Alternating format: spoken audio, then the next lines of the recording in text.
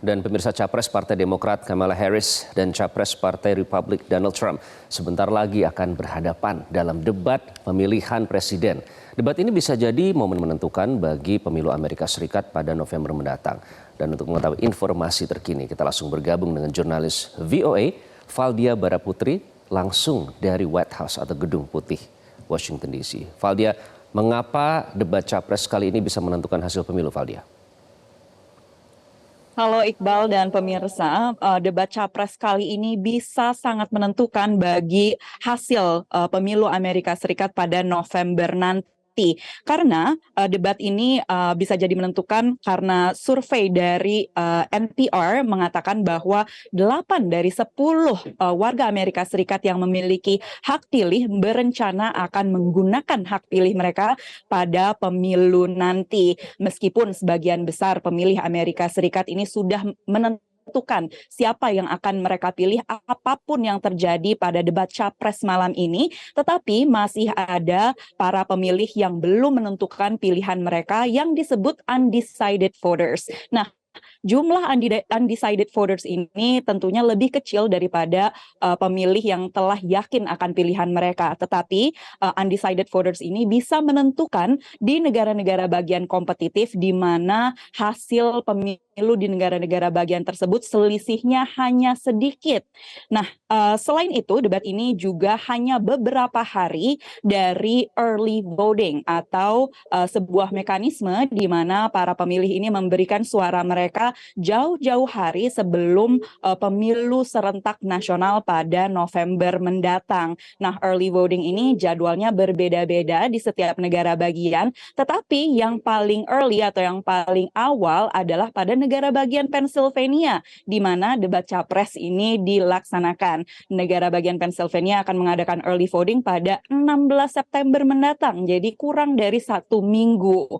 Nah, negara bagian Pennsylvania ini juga merupakan salah satu negara bagian kompetitif yang diperebutkan oleh kedua capres. Nah, selain itu, ini adalah satu-satunya kesempatan bagi para pemilih untuk menyaksikan kedua capres ini berhadapan, karena setelah ini tidak ada lagi capres atau debat capres antara Harris dan Trump. Debat cawapres akan diselenggarakan pada 1 Oktober mendatang, Iqbal dan pemirsa, antara pasangan dari Kamala Harris yakni Tim Walz dengan pasangan dari Donald Trump yakni JD Vance. Iqbal. Ya, Valdia, ada undecided, ada juga swing voters, terutama di daerah-daerah yang menentukan begitu. Lalu yang mungkin menjadi salah satu acuan bagi warga Amerika Serikat adalah hasil polling. Nah, bagaimana sebenarnya posisi masing-masing capres pada polling terakhir menjelang debat nanti, Valdia? Ya, jadi ada beberapa polling yang bisa dilihat. Yang pertama adalah polling popularitas, siapa yang diperkirakan akan mendapatkan suara paling banyak. Kemudian ada juga polling di negara-negara bagian yang kompetitif, yang bisa menentukan hasil pemilu. Kemudian ada juga polling dilihat dari isu-isu yang dianggap penting bagi warga Amerika. Nah, kita lihat dulu dari polling mengenai popularitas. Sebelum debat Capres kali ini, ada polling yang menghitung atau mengagregatkan semua polling-polling yang dilakukan oleh lembaga polling, yakni lembaga 538. Nah, menurut lembaga 538, sebelum debat Capres ini, Kamala Harris unggul dengan perolehan 47,1%. Sementara Trump berada di 44,4%.